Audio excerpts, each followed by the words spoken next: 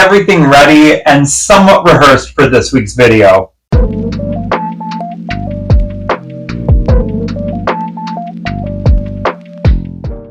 Hello everyone, my name is Brendan. I am one of the co-owners of the Rustic Tub here in the heart of tiny Ontario, and this is another weekly video, so here we go.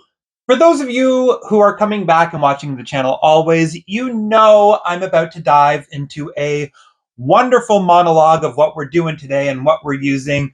For those of you who are new or stumble upon this channel, welcome to that. I'm going to go ahead and stumble a bit and go into a little monologue of what we're doing today. All right, for this week's video, we are making something that we really only bring out seasonally. And it's because when we were in BC, we found that it wasn't really our most popular item until the holiday season. So here it might be completely different and it might come onto our line full time. That's not to say it will, that's not to say it won't. We just find that they do really, really well at the seasonal time. And what we are making for this week's video is a bubble bar. So what is a bubble bar? And for us, we like to explain to our customers that it's the best of both worlds. It's essentially a bubble bath and a bath bomb all in one. And you can split it up. It's easy to break apart. It's not going to shatter like a bath bomb if it falls on the ground. It does crumble. It's a bit doughy, but essentially for the seasons, like the fall season, the winter season, it is more of a fun item to have. We also still sneak in a little bit of our skincare, so we will be going into that. But long story short, that's what we like to tell our customers, and we're going to dive right on into it today. All right, before we do a deep dive into what you see on the counter, I will say that a lot of people like to do bubble scoops. That's totally okay. This is actually the exact same thing. We used to do bubble scoops. Personally, for me, I wanted to switch it up a bit. I found that it was getting too repetitive in the soap and bath and body care world. So we do press ours into a little mold. We'll go into that one into a little bit, but if you want to do scoops, absolutely do scoops with this because we're going to be going into the ingredients list right now. I promise this time. All right, to dive into our ingredients list, I will say when we first started doing our bubble bars or bubble scoops, we had no idea what to do, and we will fully admit that. So we actually found a recipe on Brambleberry, and if you've never checked out Brambleberry, they're actually very open, very willing, so helpful if you want to get started on your bath and body care industry. And for them, they do have recipes available online for them that they freely give out. They want you to be able to take it, learn from it, and then make it your own. So over time, we did eventually create our own recipe for our bubble bars, and that's what we're going to be doing today. But I will say, to get our foot through the door, I was going to say through the stepping stone, but to get our foot into the door of the bubble bar world, we did use a Brambleberry recipe, and from there, that's when we started looking everywhere else. We came up with our own percentages, amalgamations, and we figured out the best recipe and ingredients list that suits us. Everyone's going to be different out there. I'm going to take you through what we have today, and as always, it will be available on Patreon later. I'll set up a little reminder for that again, but finally, here we go. Now, this might look a little bit daunting, what I have on the table here, but it's actually one of the easiest things that you can make. So for us, from our end anyway, we go ahead, we're going to be using our cream of tartar. That's going to add our body to it. We have our baking soda. Literally, that is the formation of it with a little bit of citric acid. Think of it like a bath bomb in that sense, where it is the body, the core. We have our cocoa butter. We are using some bentonite clay today. And then we do have a mold that we will be pressing it in. I got that from Michael's for super, super cheap because it was on clearance. We have our polysorbate 80 to bind the fragrances together with the ingredients. Glycerin to add to the skin. We have avocado butter because if you've watched us before, you know we throw avocados in everything. We have a little bit of bioturge, and we have our SCI powder because I like to mix those two together to create a really foaming little fun action bit.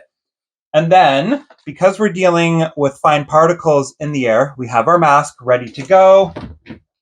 We're going to have our tray to put them all on. And then for today, because we are getting into our fall season and everything, We are going to be using Spooky Cider Lane, an Apple Jolly Rancher right from Fizz Fairy. If you've watched us before, you know we're a little obsessed with Fizz Fairy.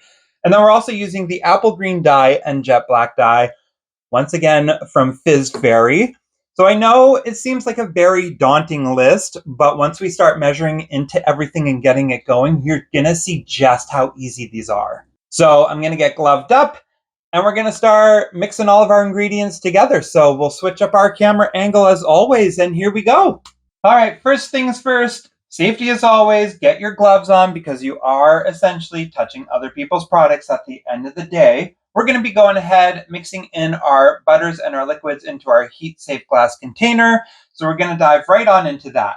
So to start us off, I am throwing in our blend, well, not our blend, it's the polysorbate. And you're going to notice that it's going really slow. It's really because I poked 2 tiny holes in it just so I don't over pour, because I tend to get a little pour happy when I do make things, and it can cause a little bit of an overspill. We're going to go ahead, add that in, and you can see that we do add quite a bit to it because we really want this to bind together. After that one, we're throwing in our glycerin, and that is to also add body to our bubble bars, add foaming agent to it so the bubbles will be stronger a lot longer. And it's actually really good for drawing moisture to the skin. For the next one, we're going to be going with our cocoa butter wafers.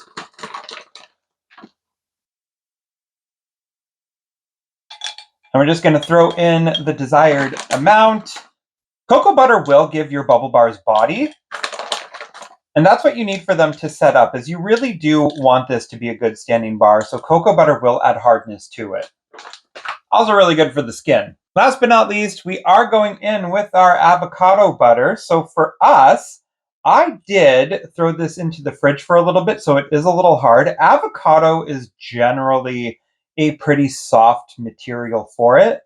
So you do want to balance it out with the cocoa butter, absolutely for sure. Just because if you do make it too soft, things can fall apart. So like if you put too much in your soap bar can be soft. So you always gotta play around with your measurements to get things right. You want every percentage to be on point. And this is complete for now. So what we're gonna do is we're actually going to zap this in the microwave until it's fully melted. And we're gonna leave it off to the side so it cools a bit, because the cooler it is, the more working time and the more moldable your bars are going to be. The hotter it is, the more liquid it's going to take and longer to set up. So we're going to go ahead, zap this, and move on to our dry ingredients.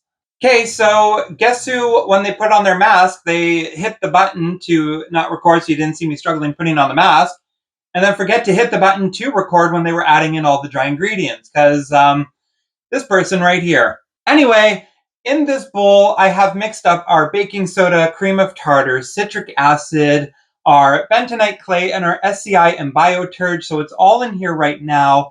And we're going to be throwing it onto our mixer that's behind us, setting it on slow so we're not like throwing up all the fine particles. If you have that plastic barrier that stays on top of it to hold it all in, even better. If you're like me and you threw it out because you thought you would never use it, hold on to it because you never know when you're going to use it.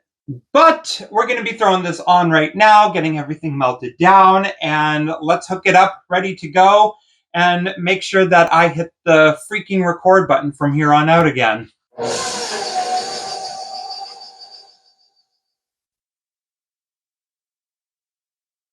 Now that our oils and our butters are nice and melted down, you can probably see them waving in there. Always a caution, it is hot. These are melted butters and oils. Of course it's going to be hot. It just came from the microwave. We're going to be going ahead, adding in our fragrances. And as I said before, we have our Green Apple Jolly Rancher and our Spooky Cider Lane from Fizz Fairy. And we're just going to be going ahead and adding it right on into our mixture here. Because when we get this one going, it is actually going to go straight into our dry ingredients. All right, our dry ingredients are here. I had the mixer on for a while. I turned it off to show you guys about this portion. We are going to be going ahead, adding in our nice little liquids here now. So we are going to be mixing all of it up as one go and then doing a separation. So it's going to look like a really, really fun wet kinetic sand dough, kind of a bad pastry based. That is totally normal, letting you know right now. So we're going to go ahead, turn this baby on, and throw in our liquids and mix it all up.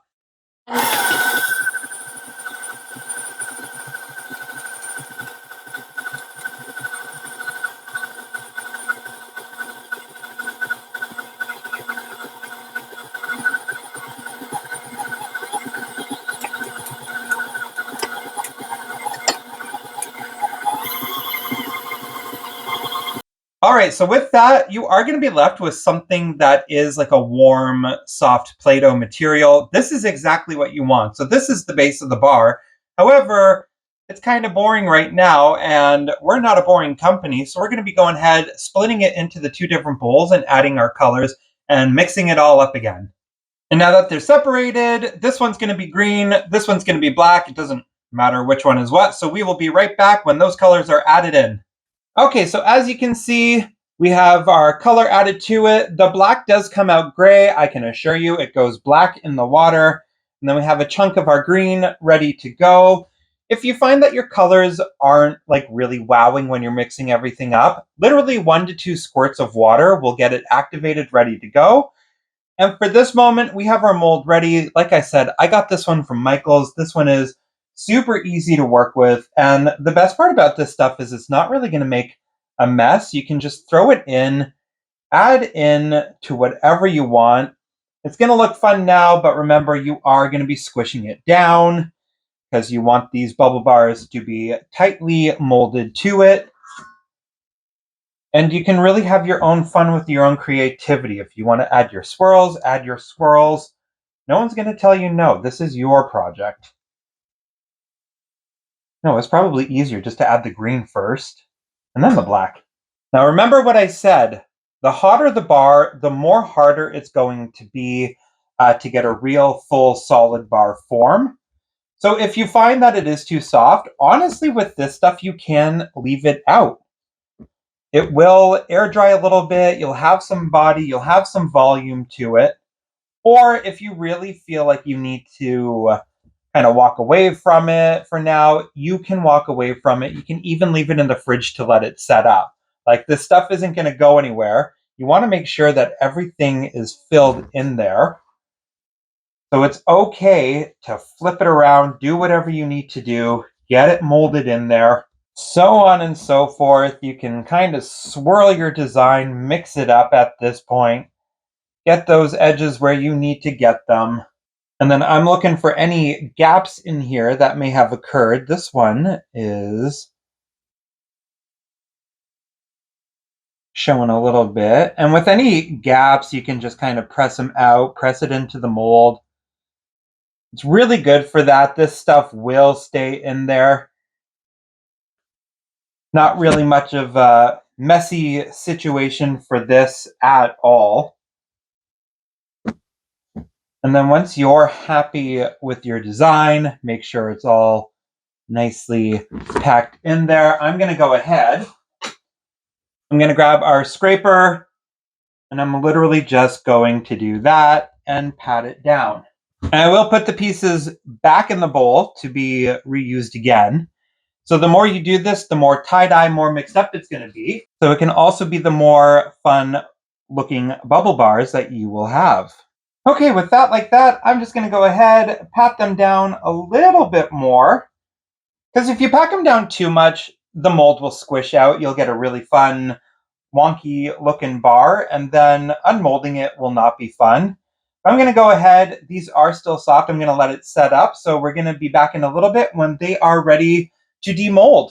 Okay, so now that they're done, I know we jumped right onto it from unmolding it. So while I was unmolding it, I realized that they did have to go into the freezer for a little bit. Putting them in the freezer isn't going to harm them at all. It's actually just going to speed up the process. So they were in there for about 20 minutes apiece. While it was out here, they were still working really, really good. I was just starting to get impatient and I wanted them to set up just because we have so much to do in so little time. Holiday seasons, like I said, are coming up. These babies we are trying to launch for every single holiday coming up. But I will come up and I will show you this one. This one looks pretty. All right, and there we have it. So this is our little bubble bar. You can see on the back where we pat it down after we scraped it off.